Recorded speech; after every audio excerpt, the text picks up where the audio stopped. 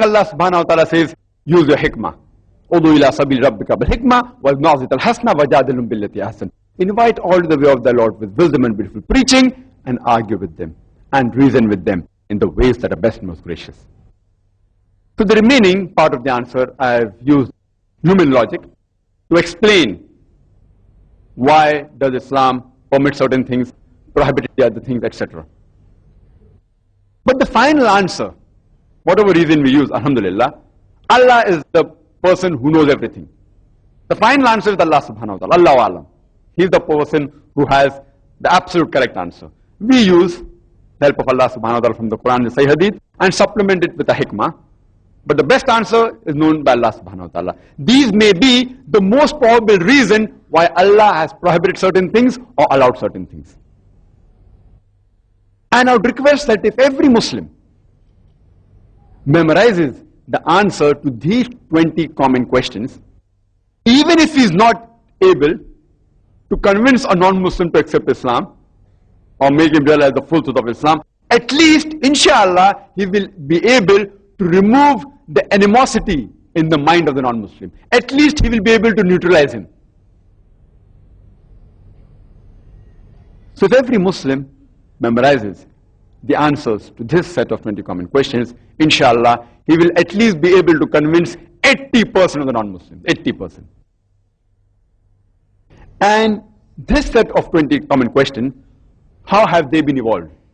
You know, because you see on the television, on the satellite, in the newspapers, in the magazines, the media is bombarding information about Islam on the television, on the satellite, in the newspaper, in the magazines, and the majority of the media, the international media, is controlled by the Westerners.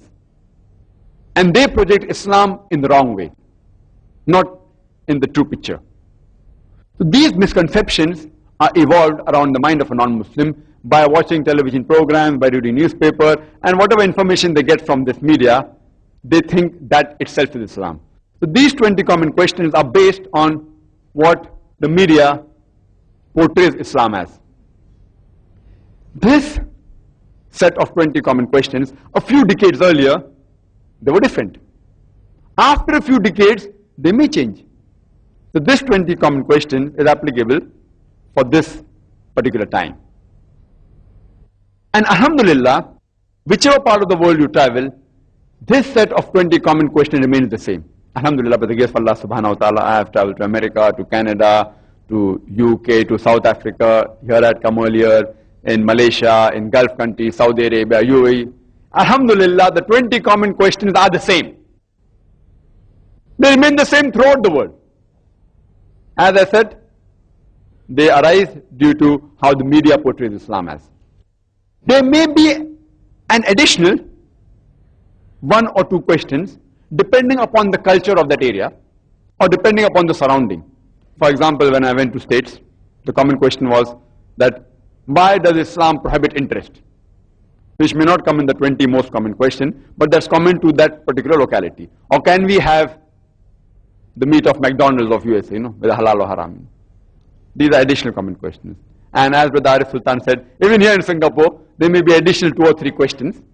You know, depending upon the culture, like he said, the Malay person gets married, they feel that he should wear a particular dress or particular cap, otherwise the marriage doesn't take place. These are additional couple of questions depending upon the locality. But in spite of these additional questions, the 20 basic questions remain the same.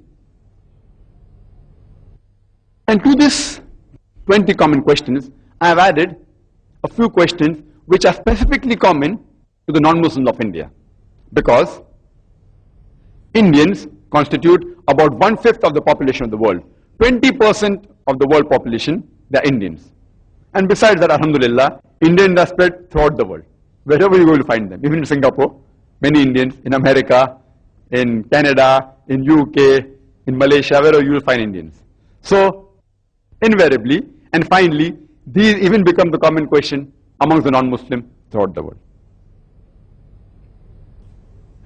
And inshallah, I have even compiled the 20 common questions asked by non-Muslims who have some knowledge of Islam. You know, those who have read certain books about Islam. And when non-Muslim reads books about Islam, he normally reads books written by critics, by Orientalists, who give a negative picture of Islam. So the 20 common questions that will come in their mind will be additional Like a few were asked yesterday, that does Darwin theory match with the Quran? And I gave the reply. So these additional questions, like somebody asked me yesterday after the talk, that many places the Quran says Iblis was an angel, one place it says a jinn, is in their contradiction, and I gave the answer. So these questions, 20 common questions, arise after reading certain literature of Islam, which have been written by non-Muslims about Islam. So we have another set of 20 common questions asked by non-Muslims who have some knowledge of Islam. And both these set of questions have additional 20 set of questions which are less common. So you have 40 common questions asked by non-Muslims, 40 common questions asked by non-Muslims who have some knowledge of Islam. And additional 20 common questions asked by Christians, that's another lot. In such way, if we master these common questions, inshallah, we will be able to do dawah very easily and with hikmah. As far as today's talk is concerned, I will only be concentrating on the 20 most common questions asked by general non-Muslims. Time doesn't permit us to deal with all the 20 questions. Inshallah, I'll try my level best. Inshallah, I'll at least cover the 10 most common questions. And in question answer time, if people want to ask the remaining, they're most welcome. As much as possible, the time that has been allotted to me, I will try and cover as many questions as possible.